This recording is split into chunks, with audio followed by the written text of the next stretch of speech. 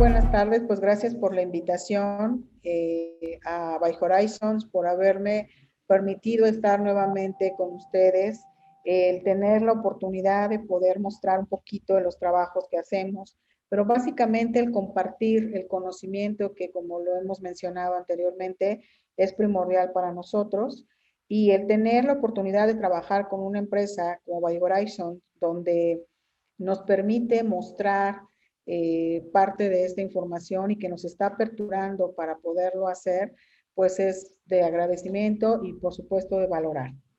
Entrando en materia, habíamos platicado en algún momento eh, el saber cuál es la importancia de la periodoncia hoy en día en la implantología. Cuando nosotros empezamos a ver qué está pasando actualmente en la implantología, nos surgen varias dudas a los que tenemos una trayectoria en esto, ¿no? La primera y la más importante es por qué hace 20 años había un éxito del 96%, del 97%, y de 10 años para acá reducimos a un 70%. ¿Qué está pasando cuando hoy tenemos tomografías, tenemos cirugía guiada, cuando hoy tenemos mecanismos que nos facilitan, inclusive kits que no son muy fáciles para poder trabajar? Y sin embargo, estamos llegando a múltiples fracasos y fracasos constantes. Entonces, ¿qué está pasando que de 10 años para acá estamos teniendo este tipo de conflictos? Yo creo que una de las principales razones por las que hemos estado empezando a tener problemas es porque precisamente no estamos llevando a cabo toda la parte funcional, fisiológica, y nos estamos enfocando a la parte de ser coloca-implantes y no realmente implantólogos, ¿no? Dice el maestro Sukeli y dice bien, no tenemos que ser coloca-implantes, sino tenemos que ser perioimplantólogos. ¿Y esto qué quiere decir? Que la periodoncia no nada más queda para quitar sarro o no nada más queda para limpiar y curetear un diente, ¿no? Hacer un raspado y alisado radicular, y es más, que suene rimbombante, y hacer inclusive una regeneración ósea. Sino va más allá de eso, y principalmente tal vez hemos dejado pasar la literatura que nos dieron a lo mejor el primer año de la carrera, probablemente la información que queda estancada en la fisiología, y que muchas veces entendemos fisiología en ver células y decir, pues no es importante. Sin embargo, si nosotros no entendemos la parte celular y la parte funcional de un espacio biológico tan importante, pues no podríamos irnos a entender cómo se va a dar una regeneración ósea, y mucho menos vamos a poder integrar un implante si no entendemos cómo funciona el tejido blando ni el hueso. La preocupación hoy de los implantólogos y principalmente de los periodoncistas, y hoy que el workshop se hayan reunido todos los implantólogos a nivel mundial, pues nos habla precisamente de una preocupación constante que nos está llevando a que los implantes estén teniendo múltiples fracasos. Esta preocupación surge porque estamos presentando pacientes con mucha mucosis y periimplantitis. ¿Por qué razón, si nosotros estamos planeando con tiempo, se nos están presentando este tipo de situaciones? En este momento ustedes están viendo en la pantalla que estado estructuras óseas, que sería el hueso de sostén, que vemos en esta parte, y vemos una estructura integrada, que es el tejido blando, vemos la plataforma del implante y vemos. Ok, bueno, entonces, como observamos en la imagen, perdón, en la imagen observamos una estructura donde vemos la corona del implante, vemos un cuello biselado, vemos una estructura que tiene un espacio muy diferente a lo que nosotros estamos acostumbrados a ver. ¿Por qué? Porque normalmente estamos acostumbrados a ver una estructura implantológica como esta, pero nunca habíamos visto o no nos hemos detenido a ver este tipo de maquilado o maquinado que tenemos específicamente aquí. Nosotros observamos aquí específicamente el hueso que está integrado al implante, y vemos que una parte de este implante está contemplada hacia el hueso y la otra parte está contemplada hacia la encía, ¿no? Y obviamente esto nos hace ver que este implante está considerado tanto en tejido blando como en tejido óseo. Vamos a platicar precisamente a qué se debe que esta estructura para nosotros sea tan importante. ¿Qué hay aquí que nos permite esta unión? Si nosotros lo comparamos y no normalmente la mayoría de las empresas o la mayoría de los que ponemos implantes, consideramos que el implante tiene que sustituir al diente de una manera natural, ¿no? Entonces, cuando nosotros hablamos de sustituir al diente de una manera natural, tendríamos que ver que cuando yo voy a realizar un implante, yo tengo que restablecer todas las estructuras y principalmente si nosotros nos vamos a estudiar qué es la osseointegración, primero tendremos que saber que la osseointegración, según Branneman, decía que es un diente que fue o que es un implante, perdón, es un implante, va a ser y se va a osseointegrar cuando yo voy a someter a una carga, una estructura inerte con un tejido vivo y que va a someterse a carga. Entonces, si yo coloco un implante únicamente como definición, un implante va a ser una raíz que se va a colocar dentro del hueso, pero no va a sustituir a un diente. En realidad, el diente va a ser sustituido en el momento en el que yo lo someta a carga. Esto es algo muy importante y es parte de lo que nos está pasando en fracaso. Yo estoy colocando raíces, mas no estoy rehabilitando dientes. No come. Si nosotros nos vamos a entender que cuáles son los principios de la osseointegración, primero vamos a entender que la osseointegración se refiere específicamente a que yo tengo que someter a carga a este implante. Mientras yo no lo someta a carga, no puedo hablar de osseointegración. Entonces, la importancia que tiene este espacio que está aquí. Si yo lo comparo con un diente, yo hablaría de una unión cemento-esmalte, hablaría de la parte que divide a la corona con el diente. Esto sería la corona, esto sería el diente, la raíz, ¿ok? Si yo tengo una raíz aquí y una corona acá, este pequeño espacio, que es la unión cemento-esmalte, que es la unión que nos va a separar a la corona con la raíz, si yo lo ubico en un implante, estoy hablando de un espacio en micras al que se le llama gap protésico. ¿Qué está pasando? Que yo estoy poniendo implantes donde no me interesa este pequeño espacio. ¿Por qué? Porque yo me estoy preocupando por la parte ósea, en que el implante se quede en el hueso, pero no me estoy preocupando por la conexión que está aquí. Esta conexión tiene que estar debidamente protegida como en un diente, en donde vamos a tener a la unión cemento-esmalte no está expuesta. Normalmente vamos a tener una encía marginal, que es la que nos va a cubrir la parte de la corona y que obviamente no va a permitir que nosotros veamos la unión cemento-esmalte, ¿no? En esta parte que va a proteger. Entonces, ¿por qué en los implantes yo no debería cubrir esta parte si yo estoy restableciendo nuevamente al diente? O sea, yo estoy diciendo que voy a darle al paciente un restablecimiento en forma y función como si fuera un diente natural. Si yo lo quisiera comparar con un diente natural, pues entonces yo tendría que cubrir este gap protésico para que el paciente no empiece a tener problemas perimplantarios.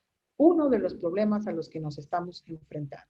Y por esa charla de hoy es específicamente para decir qué importancia tiene el espesor biológico en la implantología. ¿Por qué es importante que yo conozca este pequeño espacio para que yo pueda determinar el éxito o el fracaso en mis implantes? ¿Qué es lo que yo tendría que observar cuando yo voy a colocar un implante para que esto no fracase?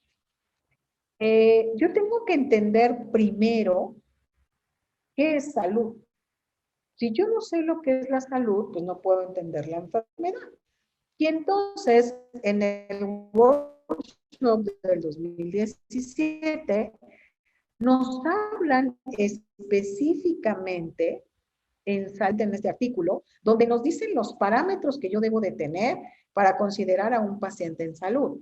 Primero que nada, yo debo de tener un paciente donde tenga la estructura ósea perfectamente delimitada, donde no tenga ningún problema, donde tenga una encía perfectamente conformada y que mi sonda no penetre. Si yo me voy a estudiar la literatura, yo tengo como conocimiento que una bolsa periodontal es la migración del surco hacia apical. Cuando yo entiendo qué es la migración del surco hacia apical, yo entiendo que en el momento en que yo entre con una sonda fuera de ese surco, yo empiezo a tener un problema y estoy perdiendo inserción, o en el caso de los implantes, estoy perdiendo hueso aparte de la adhesión o inserción que pueda tener en las fibras. Si yo hablo de salud, yo tendría entonces que ver un esquema como el que estamos viendo de este lado derecho, ¿no? Donde yo tendría un implante colocado, donde yo tengo un margen gingival perfectamente estructurado, donde tenga mis papilas, mis dientes conformados, una cantidad de encía insertada correcta, sin sangrado. Entonces nos viene la literatura a decir que para que yo maneje como una definición de salud, yo voy a tener dos esquemas. Primero, la que nos da la OMS. Y algo importante que nos dice la OMS es que cuando yo hablo de salud, es algo donde no permite al individuo que tenga alguna consecuencia mental, física, como resultado de una enfermedad pasada. Sin embargo, llega a ser radical y un poco complicada de entender. Y sin embargo, nos dan una definición clínicamente evaluada, en donde según el workshop nos dice que el estado libre de enfermedad periodontal inflamatoria, con ausencia de indicadores clínicos que influyan en la inflamación, específicamente del fluido crevicular, nos habla de salud periodontal y en este caso periimplantaria. Entonces yo me tendría que enfocar al 100% en que yo no deba de tener ningún indicador inflamatorio, ni mínimo. En el momento en que el paciente empiece a tener un proceso inflamatorio mínimo en el espacio biológico o en el espacio de la encía, yo voy a empezar a tener problemas y se consideraría como no saludable. ¿Ok? Entonces, si yo empiezo a recapitular toda esta información, yo tendría que ver que según este artículo que recientemente, y hablo de recientemente, prácticamente poco tiempo, porque no se había evaluado durante mucho tiempo, se habla de que las enfermedades periodontales son de naturaleza compleja y básicamente multifactoriales, lo cual es inevitable porque los pacientes pueden tener múltiples situaciones por las que nos podemos enfrentar, desde la salud que tengan sistémicamente, si tienen hábitos parafuncionales, si son fumadores, etcétera. Y por el otro lado, hay algo importante que consideran dentro de este workshop. Y una de ellas es la microbiota, ¿no? Y que nos da una respuesta inmune como primer mecanismo de defensa innato e inflamatoria del huésped y los factores que pueden llegar a modificarse por una cuestión del medio ambiente. ¿Qué quiere decir esto? Que obviamente el paciente va a responder como una respuesta innata, pero yo la puedo ver modificada por condiciones del medio ambiente. El paciente está sometido a una carga, está sometido a una gran cantidad de bacterias, se está sometido a condiciones que evidentemente no nos permitan tener una salud, pues vamos a empezar a tener problemas, aunque él tenga un mecanismo de defensa demasiado protegido. Entonces, Niklaus nos dice en estas condiciones para hablar de salud periodontal. Asimismo, ellos nos dicen muy específicamente que si yo quiero hablar de una encía clínicamente saludable, debe ser sin pérdida de inserción, primero, sin sangrado al sondeo, sin tener un sondaje mayor a 3 milímetros, sin enrojecimiento hinchazón y sin edema clínico opuesto. Cuando yo hablo de esta consideración de salud, entonces yo puedo hablar de que el paciente esté.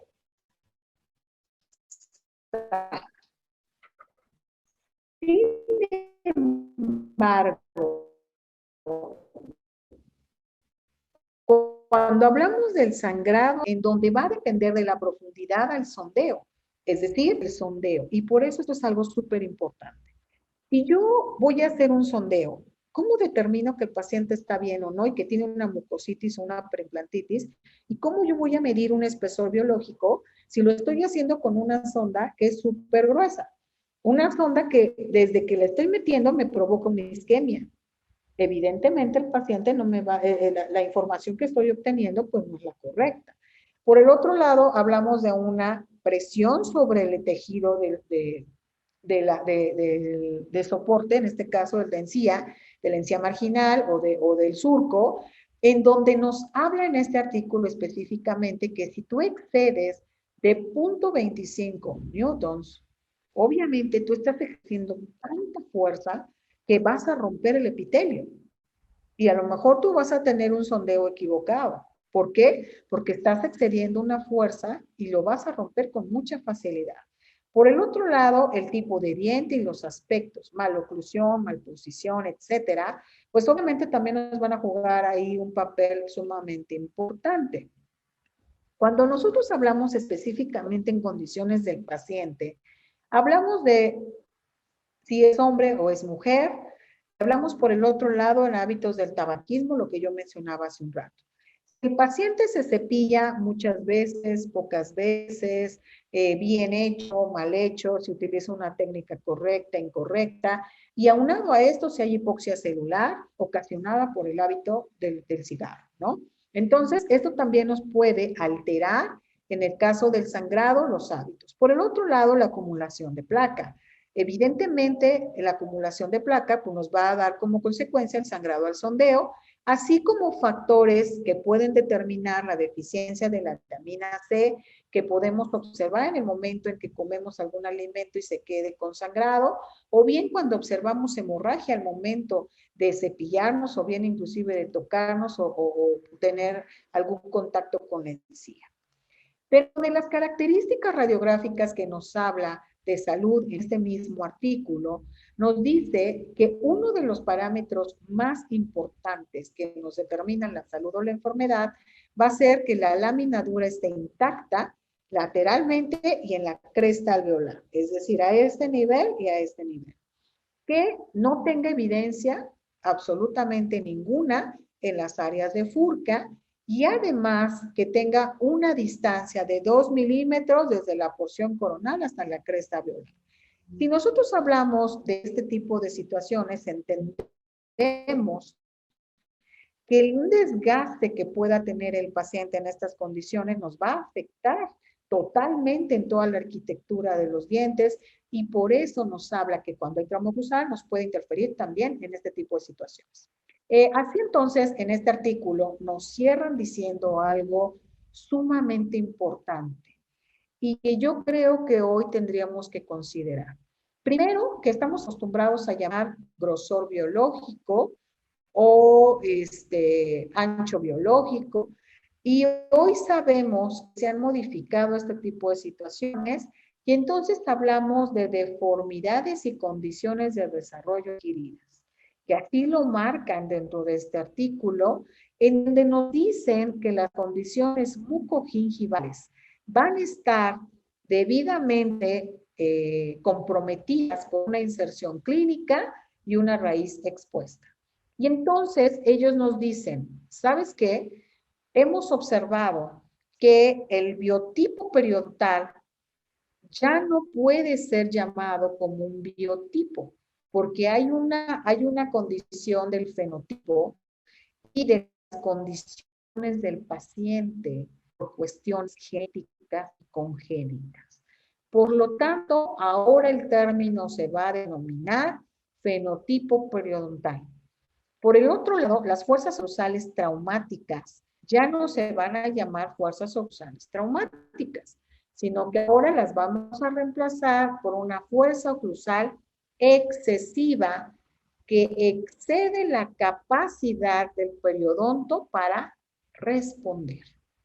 Pero por el otro lado, nos habla del ancho biológico, que es el tema del que vamos a hablar específicamente hoy, donde nos dice que el ancho biológico fue reemplazado por los tejidos y ahora hablamos de inserción supracrestal. Y hoy en día vamos a decir que ya no es un grosor biológico o un espesor biológico, sino una inserción supracrestal. Estamos hablando arriba de la cresta. ¿Ok? Entonces, tendríamos que irnos a la parte de la anatomía en la irrigación. ¿Por qué fracasamos tanto en la regeneración y por qué fracasamos tanto en la colocación de implantes? Bueno, pues porque precisamente no hemos entendido dónde está la irrigación. Para empezar, nosotros tenemos que entender que la papila y la encía marginal, que son 2 milímetros, son avasculares. No tienen irrigación propia. Por lo tanto, si yo no tengo suficiente cantidad de encía insertada, va a fracasar todo procedimiento que hagamos. ¿Por qué? Porque estamos debilitando el grosor que tenemos bucolingual y por lo tanto empobrecemos la parte de la irrigación. Si nosotros no entendemos esta parte, ¿qué va a pasar? La encía no va a tener epitelial, no va a tener de dónde nutrirse, se va a empezar a subir hasta que encuentre irrigación y eso va a pasar hasta donde tengo hueso, en donde hay periósteo y que se puede nutrir. ¿Qué sucede? Que yo pongo un implante donde no tenga las condiciones para retener tejido blando e inmediatamente va a brincar hacia donde tenga irrigación.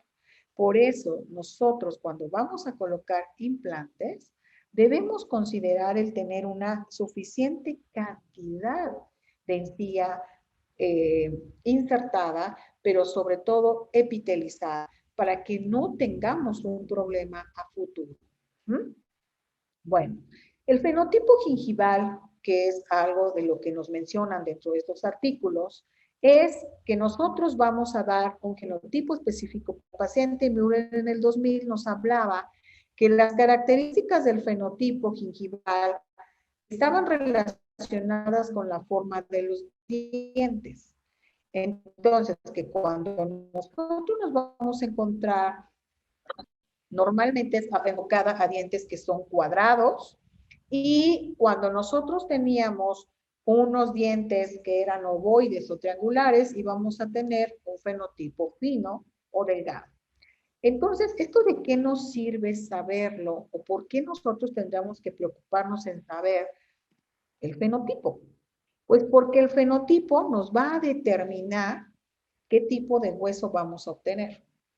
Y entonces, cuando nosotros vamos a decidir colocar implantes, resulta que lo vamos a colocar en un sector anterior. Y queremos colocar un implante, por ejemplo, en un central, hablando de este caso en particular. Cuando yo lo veo, a lo mejor observo un fenotipo fino y no le doy la importancia que debe tener. Sin embargo, cuando yo observo ya la imagen sin encía, me doy cuenta que tengo una fenestración y me doy cuenta que tiene una tabla sumamente delgada, que inclusive pudiera ser en algunos casos de 0.5 milímetros. Cuando la literatura me dice que yo debo de tener 1.5 milímetros bucolingualmente según el ITI, ¿no? Entonces, si yo tengo que, lo debo de tener según lo que nos dice Buster, lo que nos dice Tano, lo que nos dice Kahn, lo que nos dice Shin, lo que nos dice Evans, que yo debo de tener un fenotipo idealmente grueso para que yo pueda tener una mejor respuesta en los implantes y que cuando yo voy a hacer una regeneración ósea, si yo quiero tener un excelente soporte y un buen perfil de emergencia, así como una adaptación del contorno, según Danon en el 2013, yo debería tener un fenotipo mediano o grueso. Ahora, si yo voy a hacer un colgajo y tengo un fenotipo delgado, voy a comprometer la estabilidad de mi colgajo. Entonces, por supuesto que es de suma importancia entender qué tipo de fenotipo es con el que yo voy a trabajar. Y entonces, hablando de la siguiente parte, donde ya no vamos a ver una estructura de nada más de encía marginal, de encía libre, de papilas, sino ya me voy a meter un poquito más a la parte donde no observamos, quizás, donde aunque clínicamente es sumamente importante, no le damos tanta importancia. ¿Por qué? Porque pues está dentro, porque es un espesor que se ve microscópica o histológicamente, y entonces no es tan importante. Sin embargo, cuando nosotros hablamos del ancho biológico, este va a ser una parte importante para predecir el éxito que vamos a tener en los implantes. Entonces, si nosotros nos vamos a un estudio que hizo Gargiulo en 1961, nos hablaba que el espesor biológico iba a ser esa unión que íbamos a tener entre el tejido conectivo, la unión, el epitelio de unión y el surco. Entonces, cuando nosotros hablamos de este espesor biológico que va a ser de 3 milímetros, cerrándolo así, él nos explica la importancia que va a tener cada una de estas estructuras. Cuando nosotros entendemos la importancia de estas estructuras, pues casi nada, tejido conectivo, lo que nos va a dar la nutrición, el epitelio de unión, el que nos va a unir a través de las uniones semidesmosómicas al diente y a la corona, y que si nosotros vamos un poquito a estudiar la periodoncia, sabemos que vamos a tener dos tipos de uniones, fibras, o dos tipos de fibras que vamos a tener, en donde la unión se va a dar por un lado al diente, o a la raíz más bien dicho, y la otra se va a dar a la corona. Y entonces cuando nosotros hablamos de esto, vemos que en la raíz vamos a tener una estructura que se llama dento, una estructura que se va a llamar fibras gingivo-alveolares o crestales.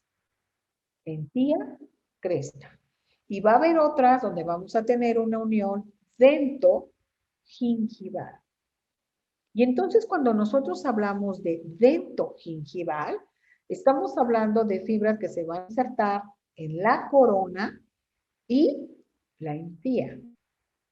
Cuando nosotros nos ponemos a estudiar en los implantes, nos damos cuenta que las fibras dentogingivales no están presentes en los implantes. Es decir, se pierden cuando ponemos implantes. Pequeño detalle. Si yo estoy hablando que tengo un epitelio de unión, ¿qué va a pasar cuando yo no tengo estas fibras que son de tal importancia en los dientes? Porque son las que nos van a unir al diente con la encía. En este caso sería el implante con la encía, pero en el caso de los implantes no se forma. ¿Qué vemos nosotros cuando comparamos una imagen entre implantes y dientes y observamos el grosor biológico o el espacio que hoy nosotros conocemos como intracrestal, ¿no? O el espacio supracrestal que hablábamos hace un rato? Cuando nosotros hablamos de este espacio, estamos hablando del espacio que está arriba de la cresta. Si yo observo un diente, yo voy a tener el tejido conectivo, también lo tengo en los implantes. Voy a tener un epitelio de unión, que también voy a tener en los implantes, pero voy a tener un surco gingival que ya no tengo en los implantes con tanta protección. ¿Qué va a pasar aquí? Que aquí yo voy a tener un epitelio del surco, donde la palabra se los está diciendo, es un epitelio. Las uniones son hemidesmosómicas y por lo tanto es un epitelio muy endeble que vamos a poder tocar con mucha facilidad, Pero aparte hay otro punto importante. Las fibras del implante son verticales y en los dientes son horizontales. Pequeño detalle. Porque si estamos unidas las fibras en esta condición vertical, ¿qué va a pasar? Pues se van a desprender muy fácilmente. Si yo las tengo de manera circular, me es más difícil poderlas desprender.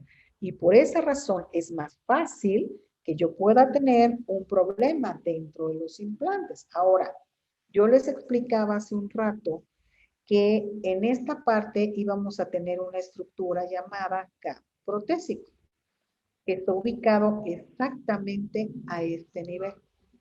Si ustedes observan, si yo hablo del diente, fíjense hasta dónde está la cresta. Tengo todo un mecanismo de defensa para que llegue a la destrucción ósea. Pero si yo me voy al lado del diente, fíjense dónde tengo el problema exactamente para que yo empiece a tener una destrucción ósea, que es donde se va a ubicar la placa. Entonces, la importancia de que yo tenga un gap protésico menos súper reducido o unas micras imperceptibles ya casi en el microscopio, que sería lo ideal, pues obviamente nos va a permitir que no tengamos afectación a nivel óseo. La importancia del grosor biológico para nosotros en la implantología es tremendamente de considerar.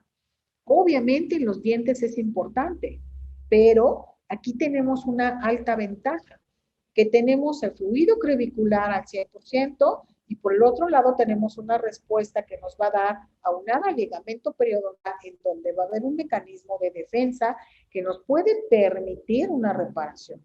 Sin embargo, en el implante no. Y en el implante nos vamos a ir directamente al hueso. Y por eso nos estamos enfrentando a tantas mucositis y hiperimplantitis. ¿Por qué? Porque los implantes se están enfocando a la regeneración ósea, no de tejido blando. La gran mayoría de los implantes se han preparado hoy en día para recibir exactamente el espacio para recibir el hueso, pero muy pocos se han enfocado para recibir al tejido blando. Y este es un problema muy grande, porque donde nosotros estamos teniendo el mecanismo de defensa y la puerta para bloquear la enfermedad, se da en este espacio que se llama espesor biológico. Y si nosotros no lo estamos cuidando, pues ¿qué va a pasar? Que vamos a empezar a tener problemas. Cuando nosotros vemos el comportamiento del tejido blando, esto es lo que yo les explicaba, vamos a tener fibras horizontales que nos van a proteger. Y entonces toda esta estructura que vemos aquí va a tener fibras horizontales y hagan de cuenta que tuviéramos varias ligas alrededor del diente, ¿no? Que nos están protegiendo.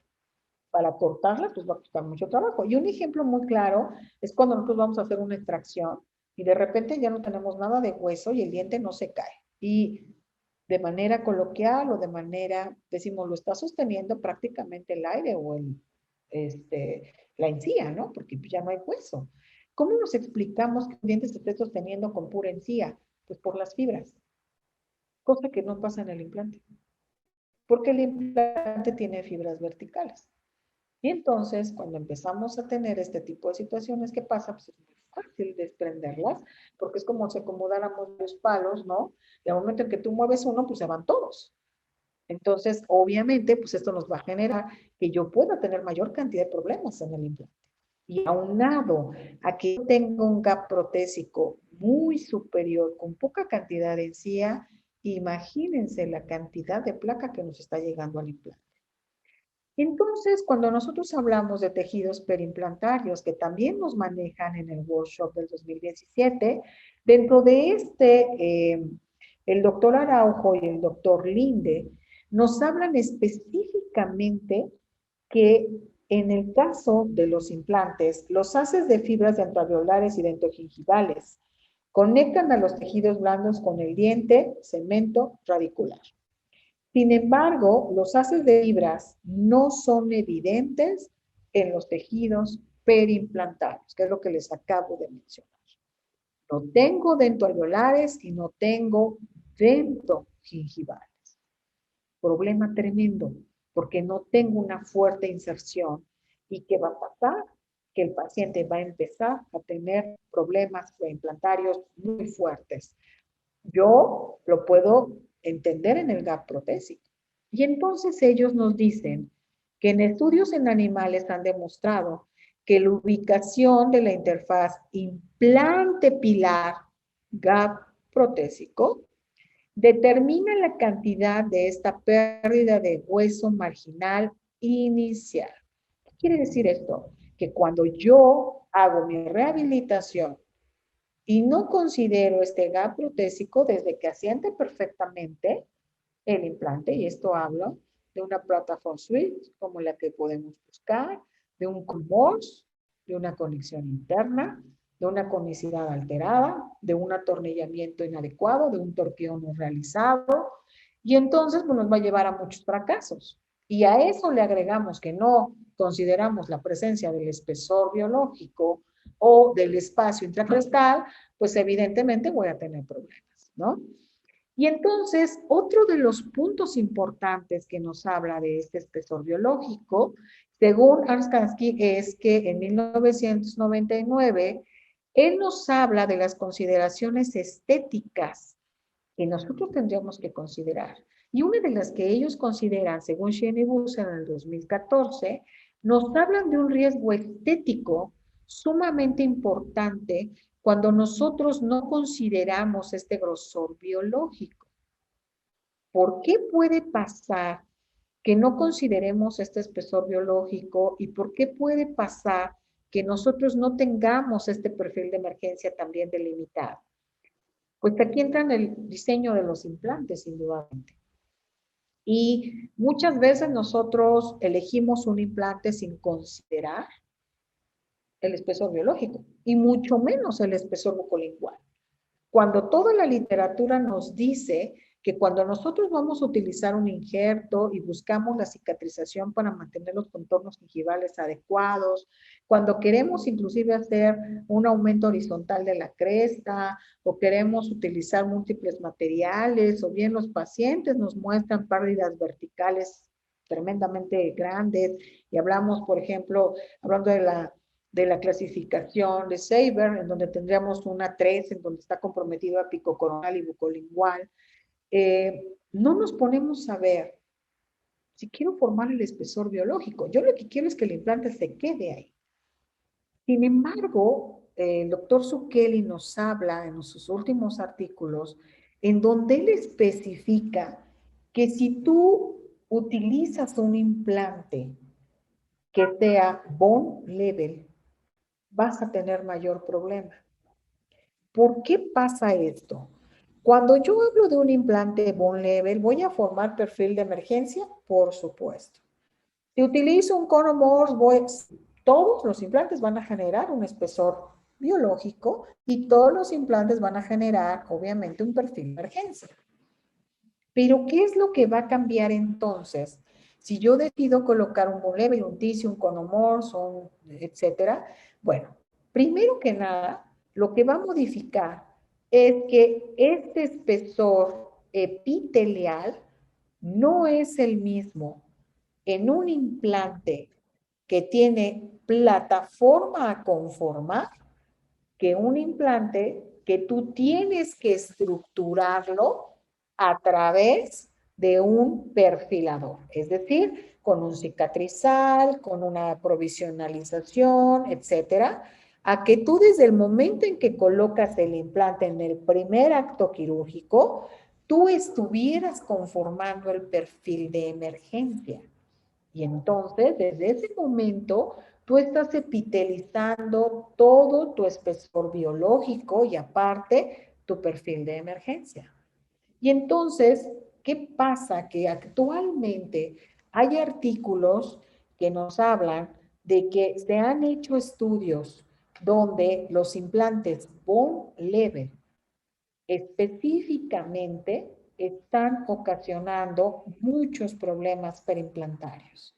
Y específicamente es porque estamos teniendo problemas por la parte de que no se epiteliza o no se alcanza a epitelizar en el primer momento del acto quirúrgico y es en donde se da el enlace del gap protésico. Entonces, cuando nosotros hablamos de una condición perimplantaria o salud perimplantaria, que nos habla también el workshop del 2017, en donde el doctor Linde nuevamente y el doctor Araujo nos hablan de una apropiada colocación del implante. Primero que nada, nosotros para poder obtener un espesor biológico correcto, para poder tener un grosor biológico, un espacio intracrestal correcto y una conformación papilar correcta, primero yo tengo que buscar una armonía. Y esta armonía se va a dar facial y se va a dar labial. Es decir, yo tengo que ver a mi paciente que estructuralmente, bucalmente quede bien, pero que también mis papilas estén perfectamente bien contorneadas. Por el otro lado, yo tengo que buscar un balance armonioso, dice el doctor Zucchelli, en donde yo voy a tener una función, una estética y otra cosa sumamente importante, principios biológicos. Y aquí entra precisamente este pequeño espacio intracrestal o supracrestal. Entonces vamos a tener factores que influyen en el resultado estético, los cuales van a estar condicionados uno a otro y van a irse llevando según Cois en el artículo que publicó en el 2001, en donde nos habla precisamente de los aspectos estéticos en la zona perimplantaria y nos dice que vamos a tener primero que considerar la estética facial. ¿Y a qué se refiere esto? A la estética rosa y a la estética blanca. Es decir, yo voy a tener una estética rosa y una estética blanca, diente, encía. En aspectos quirúrgicos, ¿cómo voy a manejar yo estos aspectos quirúrgicos? Por el otro lado, los aspectos protésicos. ¿Qué tipo de rehabilitación voy a llevar a cabo? La macro y microgeometría del implante, caso súper importante. Y los criterios de selección del sistema de implantes.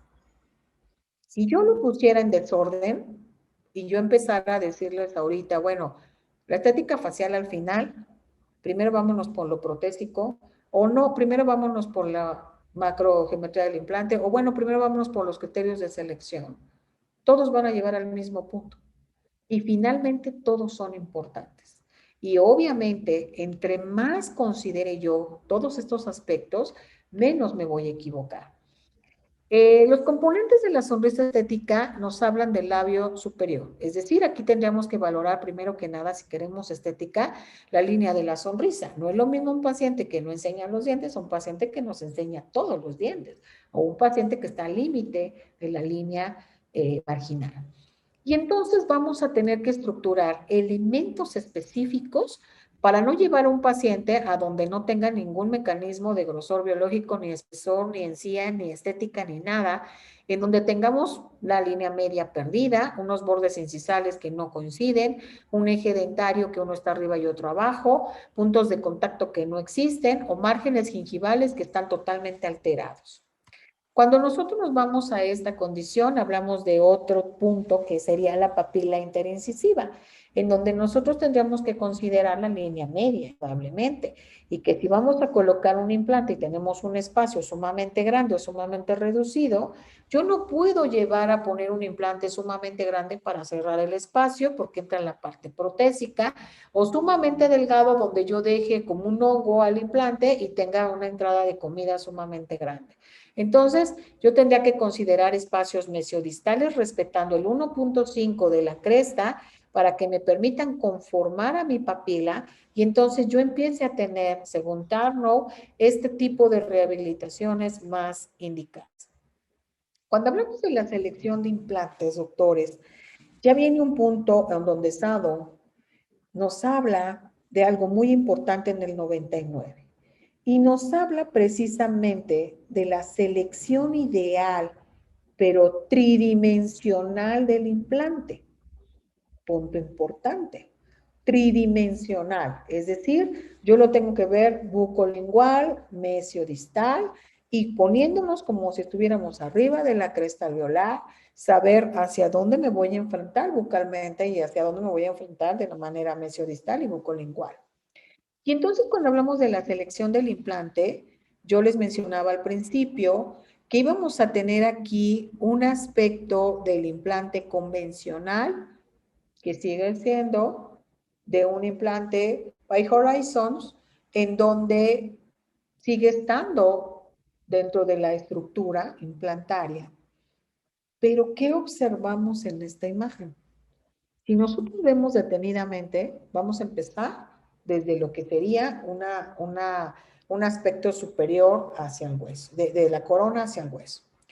Y entonces hablamos de un implante donde tengo mi corona, ambos tienen una plataforma, un cuello biselado, pero algo pasó aquí. Acá tengo encía cubriéndome gap protésico y corona, o sea, como un diente. Tengo encía marginal y tengo gap protésico protegido. Pero no nada más eso. Tengo fibras horizontales, como si fuera un diente natural. Y aparte, tengo un hueso cortical, un hueso esponjoso y tengo inserción de fibra. ¿Qué está pasando aquí? Que Laser Lock nos está dando, Laser Lock nos está dando microcanales en donde nos está permitiendo que ese maquinado que nos hizo By Horizons nos está permitiendo la inserción de fibras, más no la adhesión. Pero no nada más eso, que lo que nos habían dicho los autores, específicamente de que no había inserción de fibras en los implantes, resulta que el Laser Loop sí nos los da. Y entonces aquí estamos observando cómo un implante convencional que no tenga Laser Loop nos diga que aquí yo no tengo inserción de fibras, más sí tengo adherencia, pero no tengo inserción.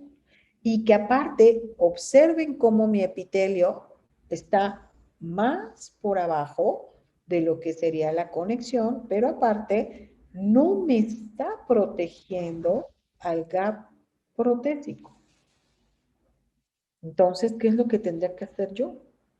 Yo puedo tener un implante tissue level y voy a lograr la adherencia porque es una superficie pulida y es amigable con el tejido blando. Pero no tengo algo importante, inserción. ¿Por qué razón? Por la condición por la que está maquinada ese implante, que no tiene las especificaciones para lograr la reinserción de fibras. Y entonces yo tendría que considerar, primero que nada, un diámetro de apertura correcto, en donde me perfile perfectamente mi perfil de emergencia, pero que me lo pueda permitir desde la colocación del implante y que el pilar me abra para que yo conforme perfectamente mi perfil y forme mi espesor biológico. Pero también el tipo de plataforma. Yo tendría que determinar qué tipo de plataforma voy a utilizar para que yo sepa si voy a poner un implante a nivel de cresta, supracrestal, infracrestal, qué es lo que yo quiero hacer para obtener una respuesta estética en mi paciente. Y eso va a depender de la cantidad de encía que tengo y del tipo de fenotipo. Por el otro lado, la superficie del implante. Casi nada. Yo tendría que ver cómo está hecho mi implante y que es algo que quizás ni nos enteramos, ¿no? Titanio tipo 4, perfecto, sí, o sea, pero realmente, ¿qué le hicieron? Un sandblasteado, un arenado, doble grabado ácido, un grabado ácido, viene activado, ¿activado con qué? ¿O por qué? ¿Qué efecto va a tener? Biológicamente, ¿aquí me beneficia a mí que traiga una u otra cosa?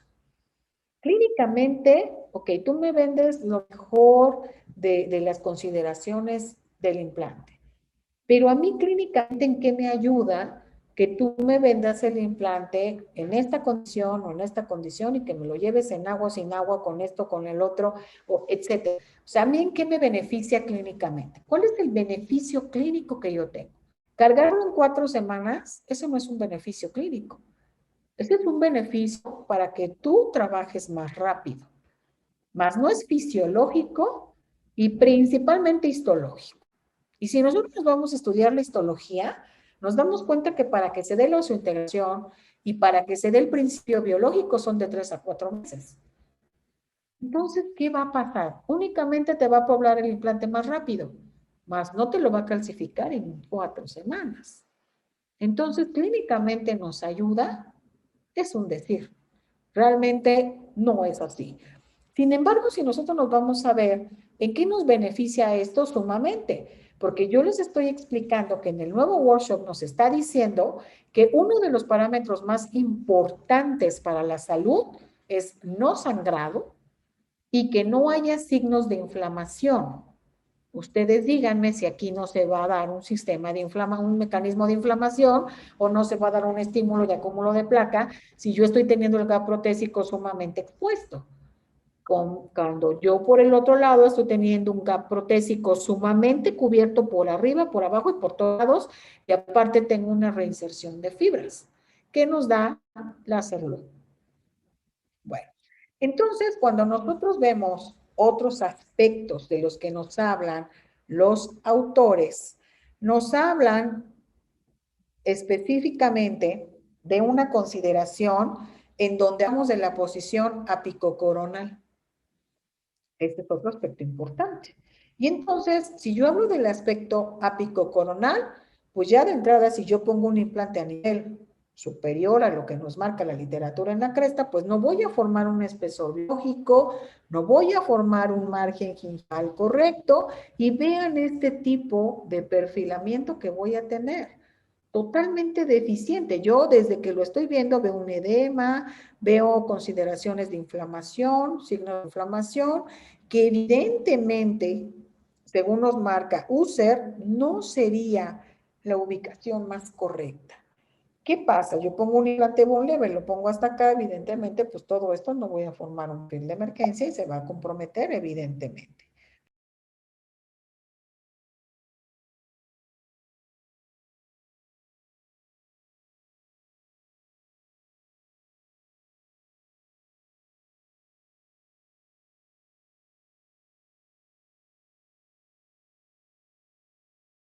Que teníamos por la cual íbamos a poder empezar a tener una perimplantis y que íbamos a empezar a tener problemas. La Sara, en el artículo que publicó en el 2006, nos habla precisamente de que esta plataforma, cuando hablamos de una plataforma switching, nos hablaba específicamente que estos ángulos se protegen. Y entonces ayudábamos a que el paciente tuviera una mejor integración y menos probabilidad de que se metiera comida, ¿no? Logramos superficies tratadas con láser. Y que este es el punto al que nosotros podríamos llegar. ¿En qué me va a beneficiar a mí el saber qué tipo de implante voy a colocar? ¿Qué superficie tiene el implante? Preguntas que quizás no hacemos frecuentemente, pero que deberíamos hacer y que tenemos que hacer aparte. Y entonces, cuando hablamos de una superficie tratada con láser, hablamos de una condición que nos dijo Park en el 2005, donde nos dice que las características topográficas son reproducibles y controladas y que pueden mejorar la adherencia celular en los implantes. Es decir, que cuando nosotros trabajamos con superficies tratadas con láser, podemos nosotros mejorar la adherencia celular de los implantes. Romanos en el 2006 nos dice que mejora la respuesta osteoblástica y promueve la formación de hueso. Pero por el otro lado, nos dicen en el 2008, Heinrich nos dice que mejora el sellado en el cuello del implante, que constituye un mecanismo de defensa de la mucosa periimplantaria. Entonces, ¿es importante la selección del implante? Por supuesto. Yo cuando empiezo a ver, vamos a ver que hay una infinidad de estudios que nos hablan de laser look, en donde hablamos de estudios que se hicieron en el 2008, estudios que se hicieron en el 2002, en donde nos hablan de este cuello mecanizado, pero hay algo muy importante. Ellos nos dicen, ¿por qué mi láser loop es importante? Bueno, primero que nada, porque te va a permitir la inserción de fibras horizontales o dentro que hemos perdido, y te la va a dar porque te vamos a trabajar a 8 micras específicamente para que tú tengas la migración epitelial y por lo tanto se inserte. O vamos a tener también, aparte de esto, te vamos a formar 12 micrones para que tú tengas hueso. O sea, no te voy a trabajar solo en la parte del tejido blando. Yo te voy a formar un maquinado que te trabaje a nivel de tejido blando, pero también a nivel de tejido duro. Y entonces no nada más te lo voy a poner ahí, sino te lo voy a trabajar a las micras para que histológicamente tú tengas una respuesta. Y entonces, cuando nosotros vemos esto en el video que les voy a mostrar en este momento,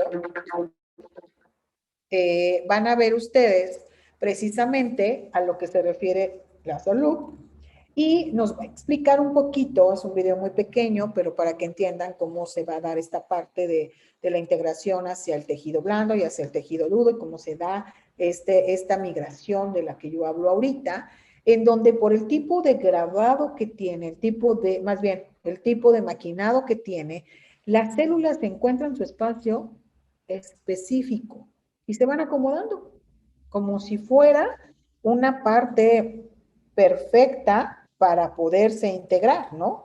Y entonces nosotros vamos a tener aquí una parte perfectamente estructurada para que nosotros veamos todo este tipo de condición, ¿sí?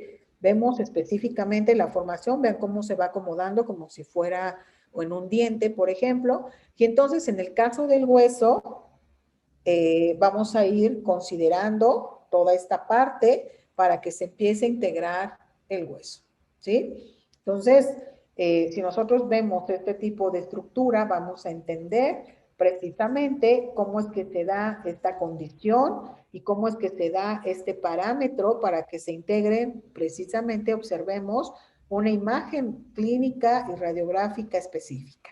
Hablando de todos estos, para irnos a la parte del láser look, hablamos de varios estudios que se han hecho donde nos hablan que la parte de láser nos va a permitir que el tejido blando y óseo funcionen, que tengamos una mayor inserción.